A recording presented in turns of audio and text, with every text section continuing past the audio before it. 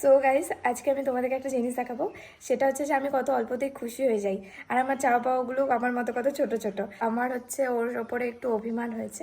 যাই হোক, আমি কথা বলিনি। ও জানে যে আমি কত অল্পতেই খুশি হয়ে যাই। আর ওই অল্প অল্প জিনিসগুলোই দিতে আমাকে ভীষণ ভালোবাসে, মানে দেয় দায়িত্ব করে।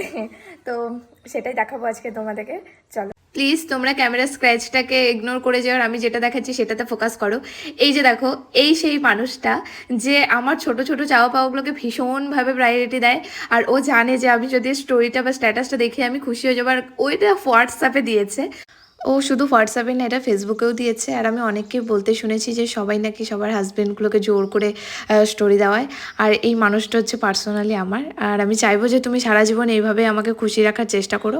আমি তোমার পাশে থাকবো। দেখিয়ে দিলাম। আর সত্যি আমি খুব খুশি। এরপরেও কি রাগ করে থাকা যায়? চাই ওই মানুষটার উপরে।